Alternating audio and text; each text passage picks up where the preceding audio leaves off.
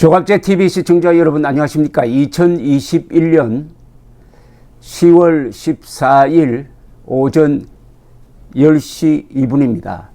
정통성이란 말이 있습니다. 레지티머스라고 하는데 이것은 합법성과 정당성을 결합한 것을 정통성이라고 합니다.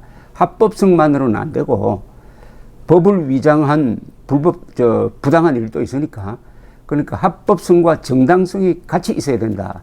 그게 정통성이다. 이렇게 볼 수 있는데 특히 동양에서는 정통성을 많이 따집니다. 대한민국의 민족사적 정통성 이런 말도 쓰죠. 한반도 전체에서 대한민국만이 정통성이 있는 유일한 국가다. 우리 민족사 전체에서도 대한민국만이 정통국가라고 볼 수가 있다. 현재 기준입니다. 즉 삼국시대, 신라의 삼국통일, 고려, 조선, 그 다음에 대한민국으로 이어지고 북한은 민족사의 이단이다. 그래서 그게 헌법에 반영이 되어가지고 헌법 제3조 대한민국의 영토는 한반도와 그 부속도서를 한다. 북한은 반국가단체다. 지금까지 북한을 국가로 인정하지 않습니다. 권력의 실체로는 인정을 합니다. 그런데 문재인 정권은 북한을 국가로 인정하는 정도가 아니라 상전으로 여기는 집단입니다.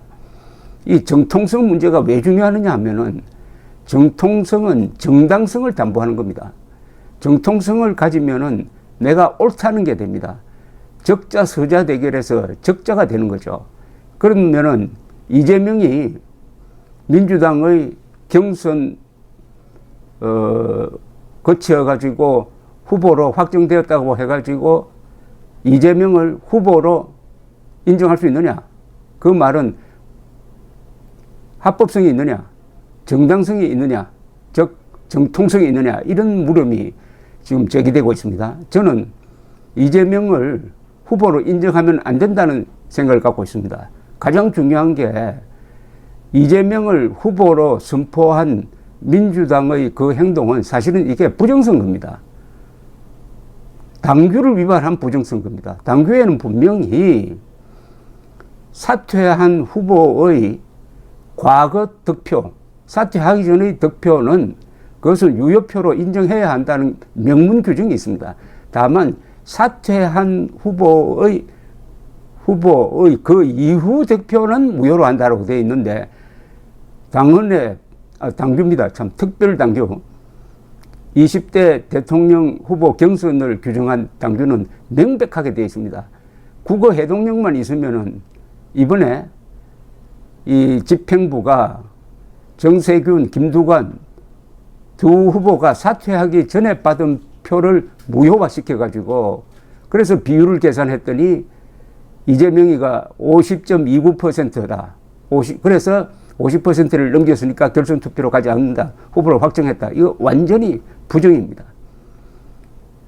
이낙연 측에서도 아주 논리적으로 이의를 제기를 했다가 민주당이 당무위원회를 열어가지고 그 이의 제기를 묵살하니까 이낙연 씨도 어제 그 거짓에 굴복해가지고 수용하겠다고 했습니다. 그렇다고 그러면은 우리가 국민된 입장에서 합법성을 중요시하는 민주국가의 시민으로서 인정할 수 있느냐? 없죠.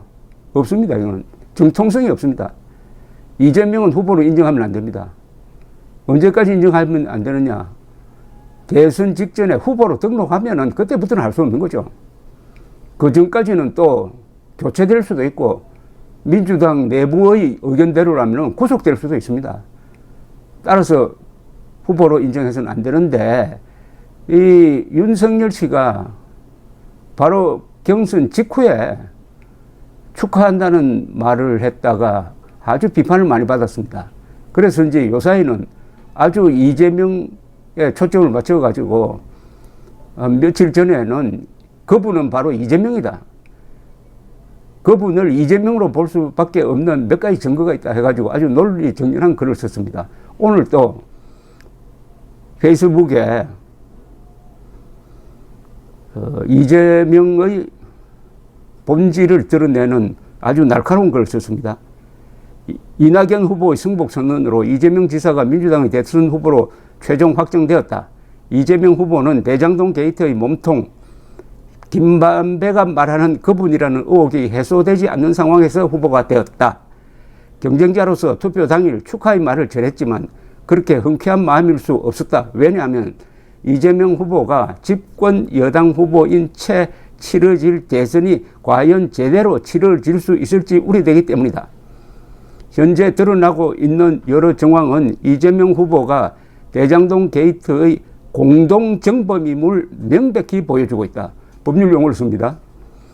이재명 후보의 척건 중 척건인 유동규는 이미 배임 혐의로 구속되었고 이재명 후보와의 특별한 친분을 과시하던 김만배는 구속 직전이다. 김만배가 말한 그분이 바로 그분이라는 심정이 갈수록 굳어지고 있다. 그래서 민주당 내에서도 많은 우려가 나오고 있지 않나. 민주당 모 의원대로 말대로 유력 대선 후보가 구속되는 초유의 사태가 벌어질지도 모른다. 여기 모 의원은 설훈 의원입니다. 이는 정파적 유분리를 떠나 국가적 수치이자 국민적 불행이다. 그렇게 될 리 없겠지만 만에 하나 집권 세력의 장난으로 이재명 후보가 대통령에 당선된다면 그 정부는 아마도 87년 이후 정통성이 가장 취약한 정부가 될 것이다. 이런 대한민국을 경랑 속으로 몰아넣는 일이다. 이 지적은 한번 유심히 생각할 필요가 있습니다. 자, 이렇게 해가지고 정과사범 그리고 대장동 게이트의 가장 꼭대기에 있는 사람이 국민을 속여가지고 대통령에 당선되면 그 뒤에 대한민국은 어떻게 되느냐? 그 뒤에 대한민국 국민은 얼굴 들고 다닐 수 있느냐?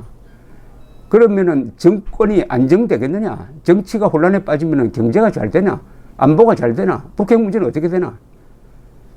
미중 갈등 사이에 우리는 길을 잃지 않느냐 하는 이런 당선 이후의 이야기를 지적하고 있는 이 점은 곰곰이 우리가 한번 생각해 볼 필요가 있다 생각됩니다. 그러면서 윤 전 총장은 지금 우리나라를 둘러싼 국제정세는 매우 엄중하다. 미중 갈등은 언제 극한될 길로 치달을지 알 수 없는 상태고 코로나19로 인한 민생경제의 파탄은 국민의 생존을 위협하고 있다. 북핵으로 인한 안보 위협은 말할 것도 없다. 부동산, 일자리 등 차기 정부의 난제도 산적해 있다. 그래서 저는 더욱더 크고 무거운 책임감을 느낀다. 그런 최악의 정부, 정통성이 취약한 정부의 출범은 반드시 저지해야 한다. 제가 대안이 되겠다. 정권 교체를 열망하는 국민의 마음을 하나로 모아 반드시 막아내겠다라고 했습니다. 이 정통성 문제를 제기를 했는데 이 정통성의 근거에 대해서 좋은 문서가 하나 있습니다. 1948년 12월 12일 파리에서 유엔 총회가 열렸습니다. 그때 유엔 총회가 결의를 했습니다. 결의안을 통과시켰습니다. 그게 유명한 문서입니다. 대한민국은 공정한 선거를 통하여 출범하였으므로 그 정부는 한반도 전체에서 유일한 합법정부라고 합니다. 한반도 전체에서 유일한 합법정부. 그래서 북한 노동당 정권은 정통성이 없는 정권으로 이 국제사회에서 유엔에서 완전히 규정되고 대한민국만이 유일한 합법정부가 된 겁니다. 그 위치는 지금도 그대로 유지되어야 합니다. 문재인 정권은 대한민국의 정통성, 대한민국 민족사의 적자 자리를 김정은 정권에 지금 팔아넘기고 있는데 이거는 역적도 이런 역적이 없습니다. 더구나 남쪽 대통령이라고 김정은 앞에서 이야기하면서 김정은은 남쪽 대통령보다 위에 있는 국무위원장이라고 축해 세우는 이런 문재인 정권 뒤에 이재명이가 나타난다면은 대한민국의 정통성뿐만 아니라 대한민국의 건설한 문명이 존속하기가 어렵게 된다는 그런 이야기입니다. 감사합니다.